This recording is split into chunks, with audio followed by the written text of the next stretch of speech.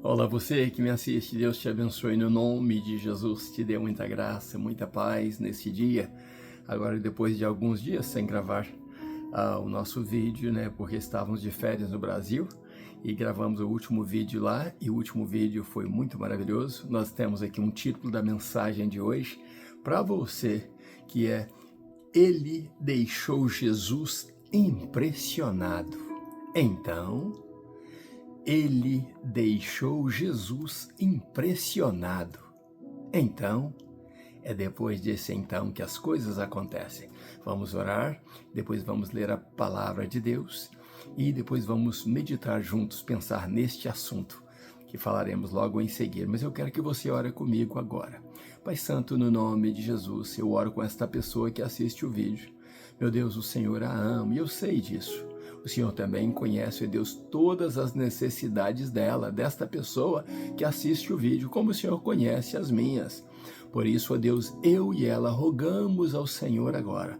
Pedimos ao Senhor no nome de Jesus que se compadeça de nós, que tenha compaixão de nós, meu Deus, que ouça os nossos pedidos, que visite as nossas necessidades, que visite os nossos lares e opere em nossas vidas. Meu Deus, nós conhecemos a bondade do Senhor e pedimos ao Senhor, como diz o Salmo 23, que a bondade e a misericórdia do Senhor nos sigam todos os dias das nossas vidas. Então visita-nos nesta hora e supra as nossas necessidades. Assim nós oramos a Ti já agradecidos, no nome de Jesus.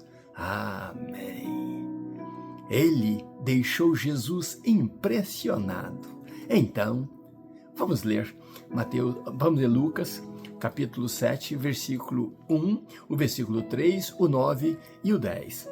Eu disse Mateus porque Mateus também registra esse fato, parece que em Mateus 8, mas eu prefiro a versão que Lucas deixa, né? O ensinamento que Lucas deixa, porque tem algo aqui profundo neste texto. Você que ainda não assistiu o último vídeo, A Base do Bom Relacionamento, assista lá, tem sido muito bom, teve mais de 100 visualizações e eu agradeço a todas as pessoas que visualizaram os vídeos e que elas tenham um bom relacionamento com Deus, no nome de Jesus. Lemos então Lucas capítulo 7, versículo 1, o 3, o 9 e o 10. O 1 diz assim: Ora, quando ele acabou todos os seus discursos aos ouvidos do povo, entrou em Cafarnaum, porque Jesus tinha dado ali o início, né, dos ensinamentos dele, e alguns se intitularam o Sermão da Montanha. Jesus fala ali de relacionamentos pessoais, Jesus fala ali dos 2 fundamentos que falamos no vídeo passado, Jesus fala ali da árvore e da qualidade de fruto que ela dá. Então é muito bonito o capítulo 6 de Lucas, mas no capítulo 7 diz que ele, assim que ele terminou de falar com a multidão, estes assuntos que eu acabei de dizer, ele entrou em Cafarnaum. O versículo 3, né, porque o 2 é o fato de que nós vamos falar, mas no versículo 3 diz assim, voltamos a Bíblia aqui numa página, diz assim: e ele, quando ouviu falar de Jesus, aqui está falando do centurião de Cafarnaum, e ele, quando ouviu falar de Jesus, enviou-lhe os anciãos dos judeus, suplicando-lhe que viesse à sua casa curar o seu servo. O versículo 2 diz que o servo que o centurião muito amava, um servo especial. E você vai ver no nosso comentário que esse servo era muito especial mesmo. Ele adoeceu e estava quase à morte. Então, alguém falou para o centurião de Jesus, alguém que soube que o servo estava quase à morte, muito doente, quase à morte, fala para o centurião de Jesus, que Jesus curava, que Jesus era maravilhoso. Esse centurião, então, manda os anciãos dos judeus para convidar Jesus, para dizer a Jesus que viesse urgentemente à sua casa curar o seu servo. Isso diz no versículo 3. O versículo 9, como prometemos ler, diz: quando Jesus ouviu essas coisas, maravilhou-se dele e voltando a falar com a multidão, disse à multidão que o seguia: digo-vos que eu não encontrei tão grande fé, nem mesmo em Israel. Ele está falando do centurião, de algo que aconteceu entre esta conversa, esse diálogo que envolve ele, os servos, os anciãos, os centuriões e amigos do centurião que foram enviados logo depois. E versículo 10 diz: e retornando para a casa do centurião, os que haviam sido enviados, isto, os amigos e também os anciãos dos judeus, encontraram são o servo que estivera enfermo quase à morte. Que maravilha poder ler algo tão profundo, né? Tão gostoso, que é um envolvimento de pessoas com Jesus. Então vamos ao fato. Esse centurião era um homem muito bom, que o servo dele, que diz no versículo 2, o servo especial dele, e ele diz que esse servo era especial, disso vamos falar, adoeceu e estava quase à morte.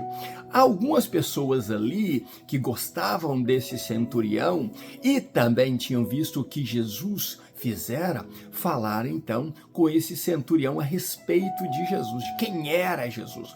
O centurião, sabendo que esse Jesus que eles falaram com ele podia curar o servo, manda então os anciãos. E por que ele mandou os anciãos?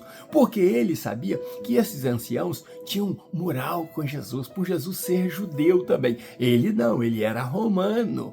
Então ele mandou anciãos judeus, pessoas respeitadas pelos judeus, para chamar Jesus até a sua casa. Talvez ele pensasse, eu como romano, talvez ele não venha, sabendo que eu sou o chefe de soldados, ele não vem, mas os anciãos podem ir. Só que um fato, aquelas pessoas que falaram de Jesus para o centurião, talvez não fossem esses anciãos, mas os anciãos levam a mensagem para Jesus.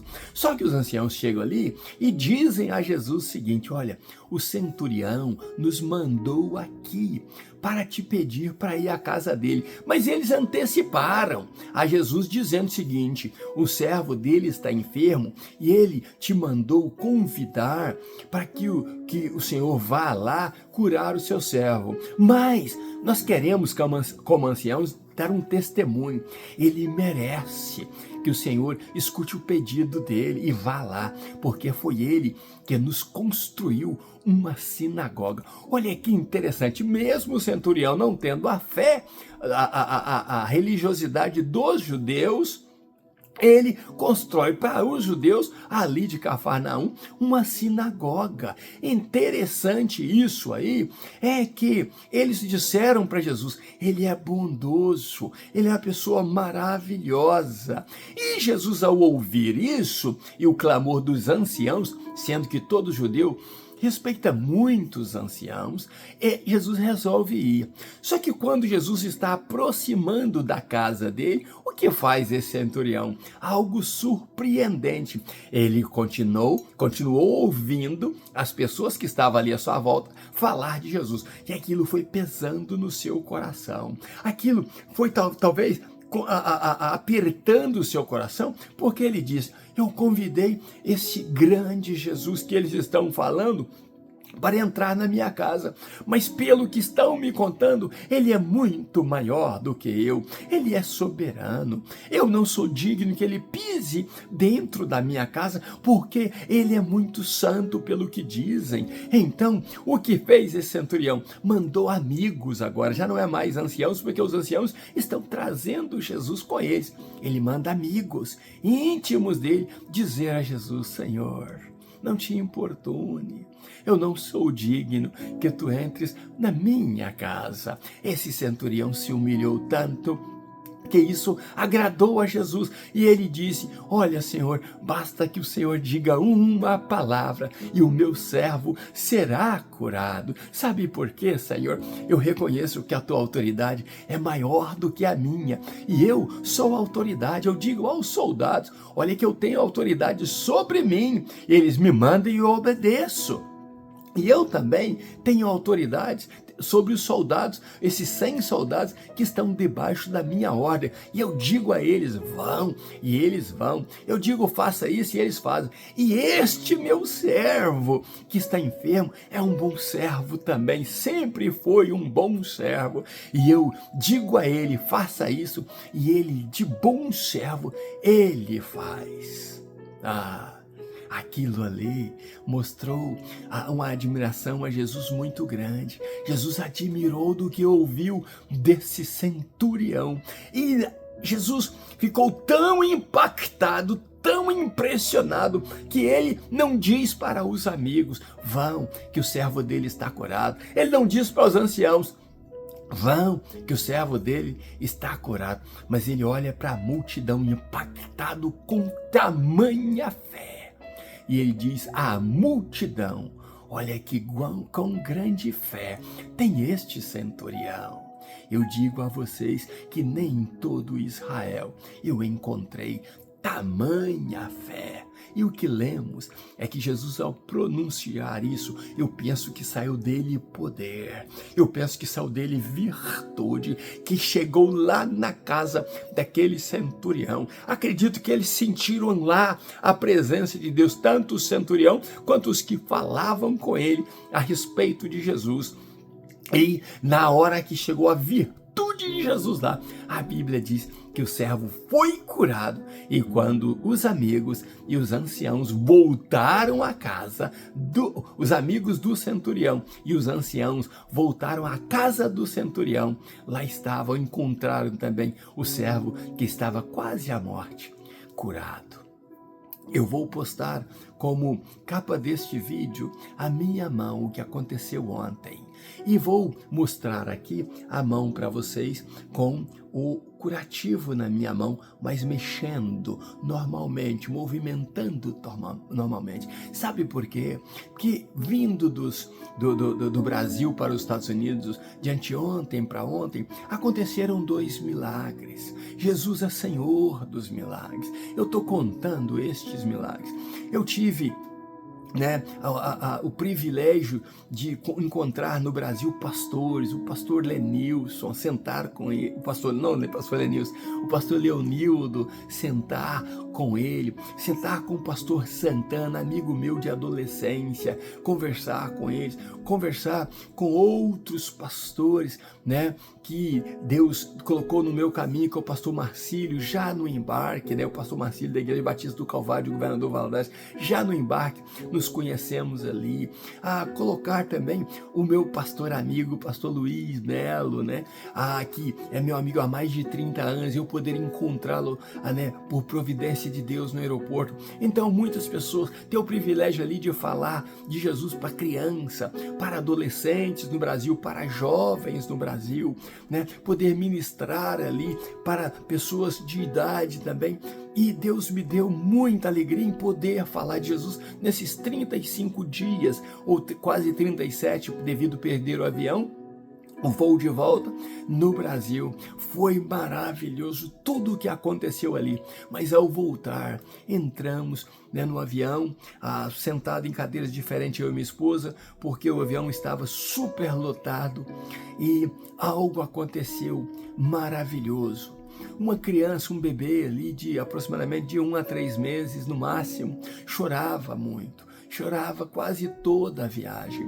E quando o avião estava descendo já, faltando 30 minutos para pousar aqui em Miami, algo me importunou e eu comecei a orar agradecendo a Deus pelo voo, mas me chamou muita atenção aquela criança, aquele bebê chorando muito. Eu resolvi orar por aquele bebê. E ainda antes que eu terminasse de orar, o bebê se acalmou e dormiu um sono tão grande. E todos vocês sabem que quando o avião está descendo, aquela pressão que dá nos ouvidos, na cabeça, no nosso corpo, é muito grande, principalmente por causa da altitude que estamos e passando sobre as nuvens, aquilo nos deixa muito atordoados. Mas aquela criança, Quando eu orei, ela dormiu um sono tão pesado que não chorou mais, nem mesmo depois que o avião já estava parado. Ela despertou do seu sono e nós pudemos sair do avião de forma tranquila com aquele bebê em paz. O choro dele era muito pesado, mas o nosso Jesus acalmou aquela criança e ela pôde ter paz e dar paz para os seus pais e para todos que estavam ali dentro daquele avião. Mas ao chegar aqui, eu descansei um pouco e alimentei no período da tarde e fui trabalhar. Então aconteceu um acidente, porque eu tinha que ligar a bateria do meu carro de trabalho, da minha picape F-150 de trabalho. E quando o capô estava aberto e eu trabalhando na bateria ali, eu tinha já feito um teste para ver se o capô descia e ele não descia. Ele ficou firme e aberto. Mas quando eu deixei uma mão encostada na posição onde o capô descia, deu um pequeno vento e ele desceu em alta velocidade. E ele prendeu a minha mão na parte onde não tem nada de proteção. É uma lâmina quase, o capô, essa parte dele, na parte mais estreita do capô, perto da bateria. Para quem conhece de carro, sabe que ali é a parte mais estreita e onde é mais cortante do capô. E prendeu a minha mão ali e quase separou a minha mão do braço, parte da minha mão do braço, onde pegaria os 4 dedos e cortaria a mão. Minha mão ficou presa ali, eu senti tanta dor que a minha perna direita deu cãibra na hora. E eu não gritei por socorro, eu não lamentei, eu não xinguei, eu só falei, Jesus. E quando a minha mão estava presa, eu tentava mexer e o capô havia fechado. Então Deus me deu força na mão esquerda, eu fui puxando o capô para cima. E ao puxar o capô para cima, eu fui deslizando a mão. Ela seguia cortando, porque estava presa ainda, deslizando a mão, até eu poder ter um maior espaço e poder tirar a minha mão. E vocês vão ver na foto que eu vou postar de capa o quão grave foi o corte. Deveria ter, primeiro, separado a minha mão do braço. Segundo, ter cortado no mínimo os nervos dos dedos. E eu tenho as veias altas nas mãos. Poderia ter cortado alguma veia. Mas Deus, o grande Deus, me visitou naquela hora, no poder que há do nome de Jesus, e me livrou de tudo isso que eu falei para você. Este centurião conheceu, falaram para ele da grandeza deste Jesus que eu estou testemunhando a você. E por que estou contando isso? Porque você e eu precisamos ter um bom relacionamento com Deus. Você e eu precisamos acreditar no poder de Jesus. E quando nós passamos por problemas assim, como passou esse centurião, o servo que ele amava, era o servo que ele disse a Jesus, esse servo é tão bom que eu digo a ele, vá e faça isso, e ele faz. Todo este pacote da bondade deste centurião, do que falaram para ele a respeito de Jesus, dos anciãos clamando por ele, e agora os amigos vindo dizer, ele disse que o Senhor não precisa entrar na casa dele, que não se importune por isso, mas diga uma só palavra e o servo dele será curado. E o servo dele foi curado, porque a fé dele deixou Jesus impressionado. Então Jesus curou o servo dele mesmo à distância, por encontrar fé maior do que ele tinha visto até então em Israel. Você e eu podemos impressionar Jesus com a nossa fé. Para você ver, a mão que deveria estar inchada, que deveria ter quebrado o dedo, está movendo, está tranquila. Eu estou com esse band-aid aqui, porque ele tem antibiótico nele, então deixei o band-aid, mas para você, eu poderia tirar o band-aid para você ver que ainda tem marca de sangue na minha mão, onde deveria ter decepado os meus 4 dedos e a metade da mão. E Deus, o grande Deus, disse não. Eu não sei qual era a intenção do inimigo em, depois de tanto benefício no Brasil, de ter passado dias maravilhosos ali. Um outro milagre que aconteceu.